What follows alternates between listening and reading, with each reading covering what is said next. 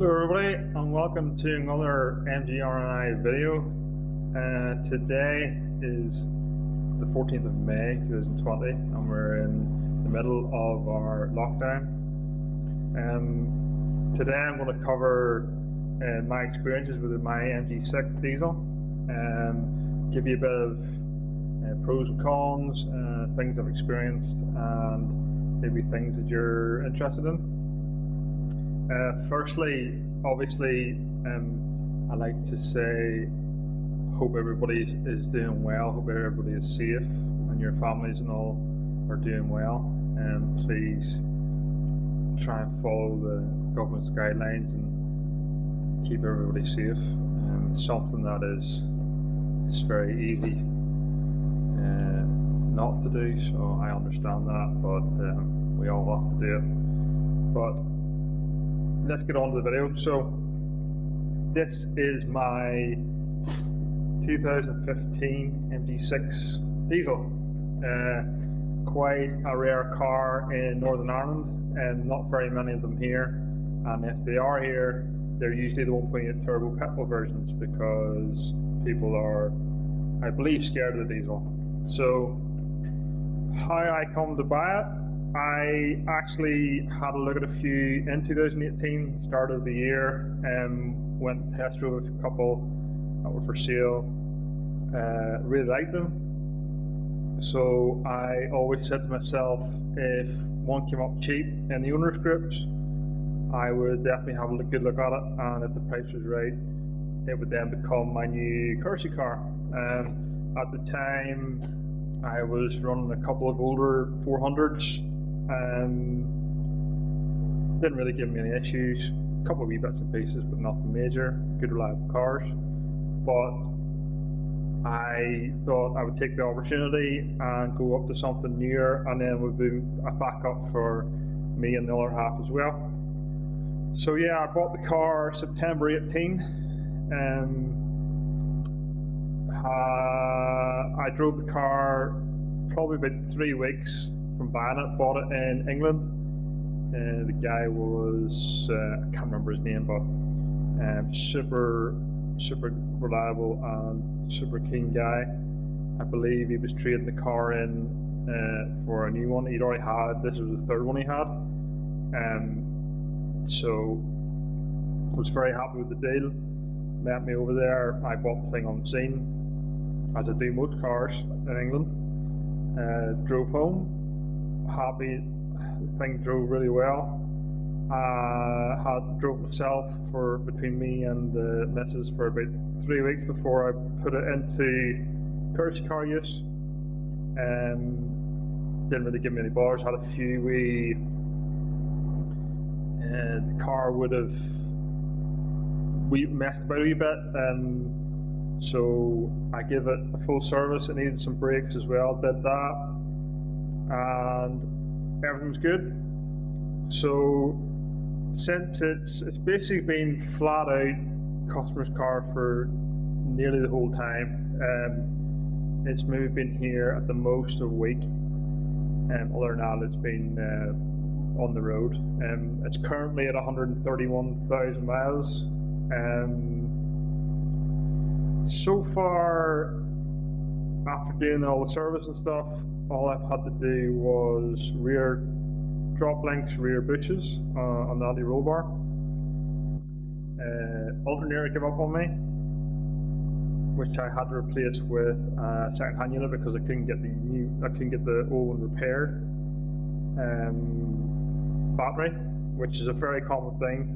I would say to anybody, if they're having these stupid issues, get yourself a new battery, go for a high capacity one, pay a bit extra, but it'll save you a lot of heartache. Had a few electrical gremlins. It seems to be a very common thing with the Mark 1s. End up going through the whole car, would have random starting problems, traced that to a few batteries. The starter itself was done up, was refurbed. Had a few issues with the stop-start system. Radio has been intermittent for the last 6 months, but I think I'm on top of that now. and had random warning lights on the dash from DPF issues, engine management lights. Recently I've had issues with the ABS system, blah blah blah, the steering hill, all that there stuff, and that was due to seems like squibbering, steering angle sensor.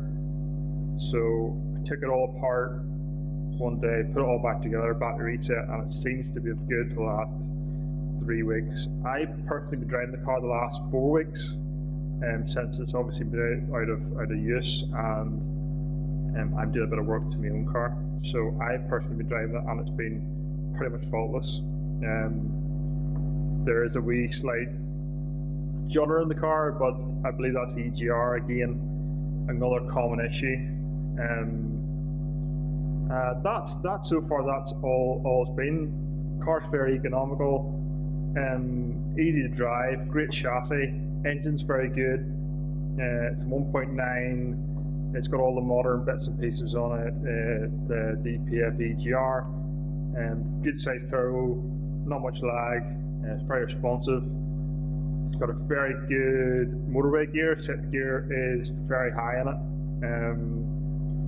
and it's about, what was it to say? It's very high gear in a way. It's a really good motorway gear. It can catch you out very easy. And chassis itself is very good. If you want to look at the other video I did on the car, it was a bit more technical video. I'll put a link to it somewhere here or in below, and you have to check that out. But in brief, front subframe is nearly identical to a Rover 75. Has a few extra things. Front suspension geometry is different to a 75, but it's the same design. Rear end is completely different. It's completely redesigned from a 75, and I believe that the wheelbase must be very close as well to a 75. But the chassis is very good. It's a very driver's car. I believe this is what I see a lot on Facebook and online, where 1.8 turbo guys would say they're a great driving car, and I would agree with that. It's great chassis. Engine's very good. It's 150 brake standard, good torque, drives well, just the usual modern diesel issues, and nothing new there. And yeah, I've been very happy with the car. Interior is another point that let it down. I believe the Mark II facelifts have improved that, but this is a base spec model. It does have electric windows, climate control. It's got start stop. It's got hill, what's it called? Hill hold, where it holds itself on a hill. Just wee bits and pieces like that. I believe the top spec cars have cruise control, probably heated seats, leather seats, and you've got a few extra knobs and stuff on. You've got a multifunction steering wheel, bits like that. This car doesn't have that. The cloth seats and the interior are, to me, quite poor. Feels very flimsy, feels very cheap. It doesn't feel like the older MG Rovers. It doesn't have that character. It feels like more of a modern Chinese car. But I think, like I say, I think they've improved that to the facelift models. I believe they're a lot better. So yeah, it's been a bit of a baptism of fire for me. I sort of jumped into it, but that's the kind of thing I like. I like taking things on. I like experiencing stuff, and I believe, like I say, most people think it's not a bad car, and to me, it's not a bad car. For the money, it's a great car. If you go and try and buy any kind of modern 2015 diesel car, I think you'll find it could be a few thousands. Whereas this didn't cost me that much. like I said, the guy did me a really good deal, and he was glad that it was going to where it was going, and I wasn't going to get auctioned off, blah blah blah. So get on to the problem stuff, the major stuff. The main one at the minute seems to be flywheels. These cars eat flywheels. This car is on its way out. I nose drived it myself there. It's been quite bad. This would be its third flywheel it's had. It's had two in the past. At the minute I'm trying to code up parts, but it seems to be a sack only kit that you have to buy for these, and it's quite expensive. You want to buy flywheel, clutch and sleeve together to replace the whole lot, which is probably something I'm going to have to do in the future. Another thing, like I touched on earlier, was alternator. Yes, the original alternator I tried to get refurbed because obviously it's a better job, but it is a Bosch alternator, but you can't seem to get the regulator in the UK. It's a Bosch China part, and it can only be purchased in China, which to me is crazy. To buy a new alternator was, again, silly money. But it's something I've been looking into, and I had to fit a second-hand unit, which I got from England, and I still have the original boxed here, and I hopefully get that refurbed at some stage. But like I say, it's an annoying thing.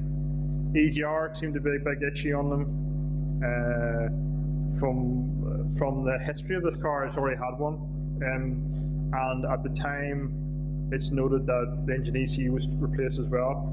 Now, I asked the question from the dealer and they say that they had to be changed as a pair, some to do with coating. I don't understand how that would be, because it doesn't seem to me like that would be something you would have to do. But the car had the EGR replaced and the engine ECU replaced with the upgraded software. At the time, that was about a year before I bought it, so I don't really know about that. I've had a few times, not that many now, but a few times the DPF lights come on in the car. Again, that's just a modern diesel thing. At the mileage it's at now, it probably maybe on its way out. It's hard to know what diesel exactly has been put into. The car is well looked after. It's been serviced. It's actually due to service now, so I'll be doing that soon, as soon as I get my other car back on the road. But that is something I'll be doing in the future. I did find myself a spare ECU from a scrap car. I've already tried a few bits and pieces with it on the bench, and I am able to access it, and I will be able to modify it. So my plan at the minute is I'm going to clone the original ECU that's in the car. I'm going to put that in the box, and then I'm going to use the spare to modify the car. So my plan is to remove the EGR, remove the DPF, and give it a bit extra power and see what happens. The only thing obviously I'm worried about is that flywheel issue. Maybe I might convert it to a single mass, but I'm worried about what else that's going to affect. The car might be a bit hard to live with, but it's an option. I might try that, but while I'm in there I will definitely be in the clutch and the sleeve, etc. But I'm a wee bit worried about how the flywheel will handle the power. One of the things I see, especially in the cars that have been in the scrapyard, is fire damage. Now, this isn't really a thing that I don't think most cars suffer from, but it seems to be a thing in these, and it seems to be always in the same location, and that is right beside the battery, where the ECU is, where the engine ECU is. So, I don't know, I haven't seen many people talk about it on the forums, but I've seen at least 5, 6, 7 cars in the scrapyard, and they've all got the same thing, where they've all had a fire in the engine bay around that area. Now, the only thing I can think of personally is that down below the battery tray and down below that area is the fuel filter, and the fuel filter itself has a heating element in it. It has a few sensors in it, but one of them is a heating element. So possibly I'm thinking that those fuel filters are not being replaced. This maybe be original fuel filter from new, and this maybe getting a build up of dirt, etc. And it's putting those fuel filters on fire through the heating element. I don't know if that's true or not, I'm only guessing, but it seems to be a very common thing that goes, and it's always in the same place. So maybe that's something, if you own one of these cars, maybe that's something you should think about.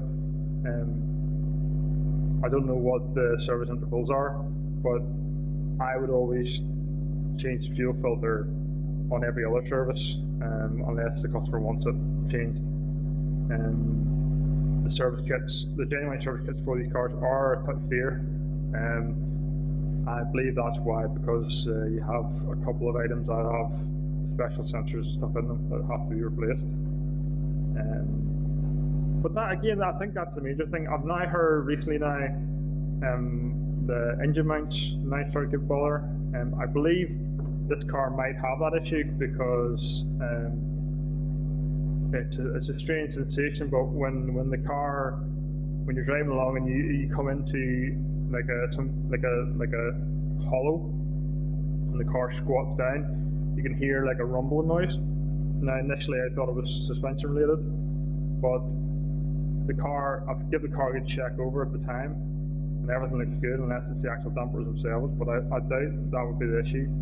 But apparently these are fitted with the same kind of hydro mounts as the other rovers, and when those hydro mounts lose their fluid, you get this noise when the engine is under compression on the mount. So that's maybe something I'm going to have a look at here when I get it on the ramp for servicing. But I don't know what kind of price they are or whatever, but that's maybe something else is new. So yeah, I'm gonna wrap it up. I'll put in some maybe videos of the interior and stuff, a few other bits and pieces. Again, I'm very happy with the car.